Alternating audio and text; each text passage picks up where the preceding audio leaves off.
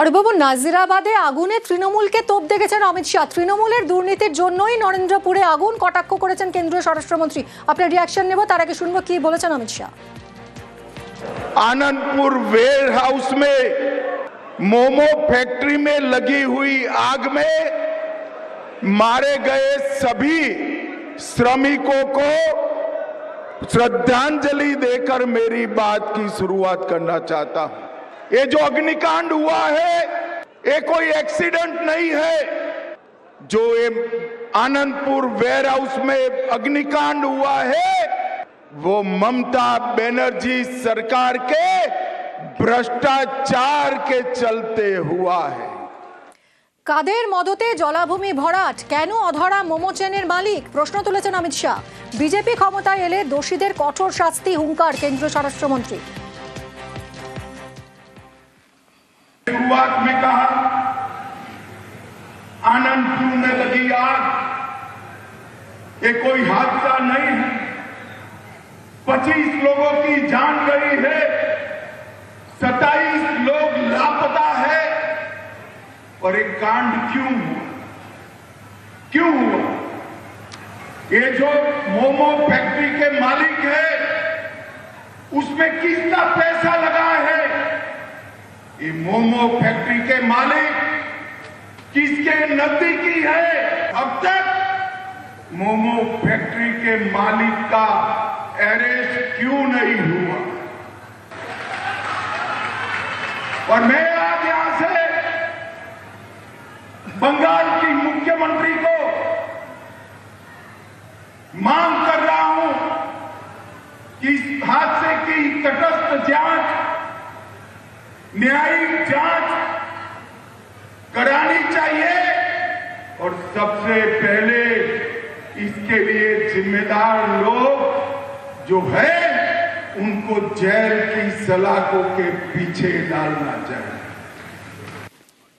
অরিবাবু, আপনি শুনলেন কি প্রতিক্রিয়া? সবই তো বুঝলাম। মোমো ফ্যাক্টরির ম্যানেজার গ্রেপ্তার হয়েছে, সিকিউরিটি গার্ড গ্রেপ্তার হয়েছে, মালিক যদি অন্যায় করে থাকে সেও গ্রেপ্তার হবে। কিন্তু আগুনটা যেখান থেকে লাগলো, যে গোডাউন থেকে আগুনের সূত্রপাত, কোন মালিকের বিরুদ্ধে কোনো কথা নেই কেন? সুতোটা কোথায় বাঁধা? গোডাউন মালিকের বাড়ি খেজুরি, পূর্ব মেদিনীপুর। মাঠোয়ারাটা কাদের কাছে পৌঁছতো? যেখান থেকে আগুন লাগলো সেই বিষয়ে নিশ্চিত কেন শুভেন্দু অধিকারী থেকে অমিত শাহ? আর কোন মুখে বড় বড় বাতেলা দিচ্ছে? তারা কদিন আগে ভারতবর্ষের মানুষ দেখেছে যে যে ভয়ঙ্কর অগ্নিকাণ্ড ঘটেছিল রেস্তোরাঁ কাম পাবে, এখানে 30 জনের কাছাকাছি মানুষ কার্যত অগ্নিদগ্ধ হয়ে যাচ্ছে। সেই সময় যখন তাদের মালিকরা দেশ থেকে পালাচ্ছে, ভারতবর্ষের মানুষ স্ট্রাইক পাচ্ছে না, গোটা ভারতবর্ষে এয়ার ইন্ডিয়া, ইন্ডিগো স্ট্রাইক চলছে, গোটা ভারতবর্ষের সব এয়ারপোর্ট লন্ডভন্ড।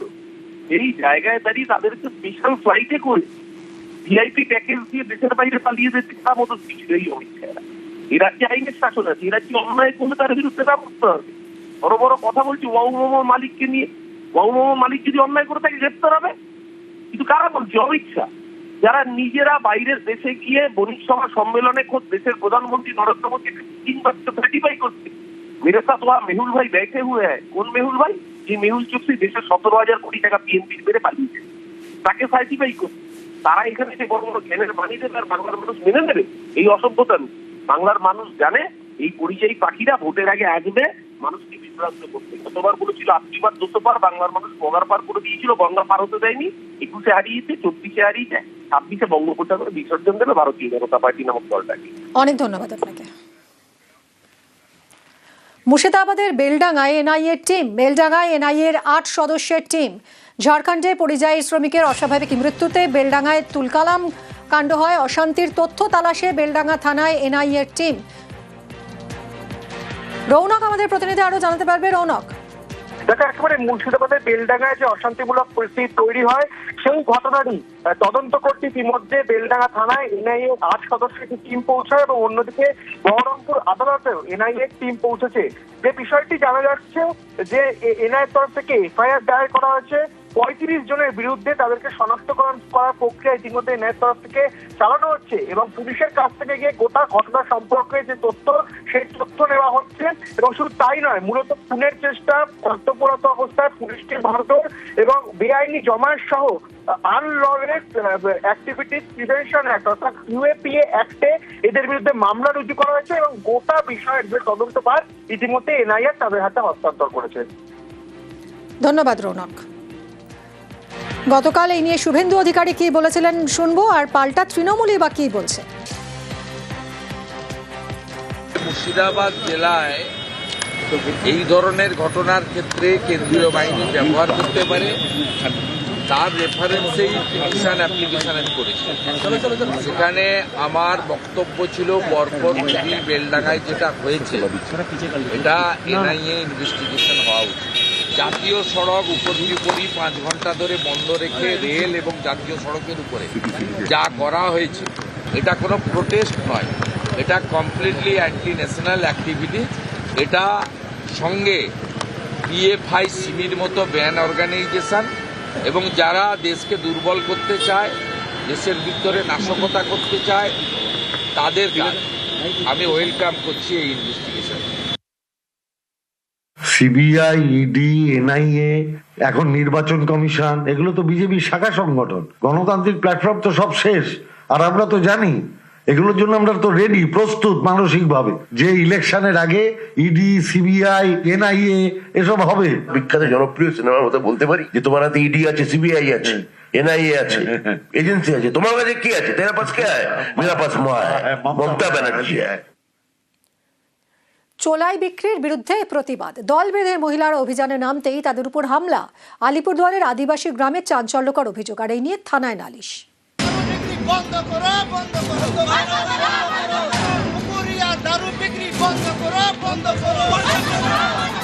চোলাই বিক্রির প্রতিবাদে পথে আদিবাসী মহিলারা। এ ছবি আলিপুরদুয়ার 2 নম্বর ব্লকের শামুকতলা থানা এলাকার।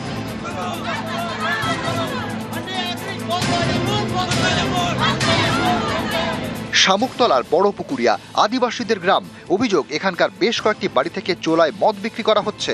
এতে এলাকায় বহিরাগতদের আনাগোনা বাড়ছে। এ নিয়ে মাঝে মধ্যে অশান্তি। এরই বিরুদ্ধে জোট বাঁধেন আদিবাসী মহিলাদের একাংশ।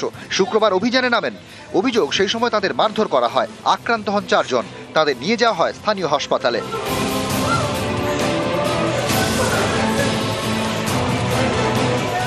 ওরা বলতেছে বিক্রি করি না, আর সকাল থেকে ওদের বাড়ি থেকে বিক্রি হইতেছে, ওদের বাড়িতে ঢুকতে দিবে না, তোমরা ঢুকলে আমাদের বাড়ি নোংরা হয়ে যাবে। আমি থেকে নামছে একদম টানছে, এই যে টুলটা টানছে, আমার টুলটা অনেক কিছু পাইতেছে মাথার মধ্যে। আদিবাসী মহিলাদের উপর হামলার অভিযোগ। শামুকতলা থানায় লিখিত অভিযোগ জানানো হয়। আমাদের বড় পুকুরিয়া গ্রামে দারু বিক্রি হয়, ছোট ছোট বাচ্চাগুলা নিশাতে চলে যায়। যারা বিক্রি করে ওদের তো ভালো হইতেছে, টাকা আসে ওদের বাড়িতে, যারা আসছে খাইতে ওদের তো বাড়িটাতে অশান্তি হচ্ছে। ওর জন্য আমরা আসলাম যে এটাকে বন্ধ করব। এর আগেও চোলাই বিক্রির প্রতিবাদে পথে নামেন আদিবাসী মহিলারা। এদিন পথে নামেন, সেই সময় তাদের মারধর করা হয় বলে অভিযোগ। আপনার বাড়ি থেকে মদ বিক্রি হয় না, এখন 1 সপ্তাহ থেকে বন্ধ আছে। পুলিশ নিজে মানা করছে, আমাদের নিজে পুলিশ মানা করে গেছে। প্রশাসনকে আমি বলবো, বাইরে থেকে চুলাই মদ যারা পাচার করছে তাদের দিকে একটু নজরদারি করার জন্য আমি অনুরোধ করব। আলিপুরদুয়ার থেকে রাজকুমার কর্মকার, নিউজ 18 বাংলা।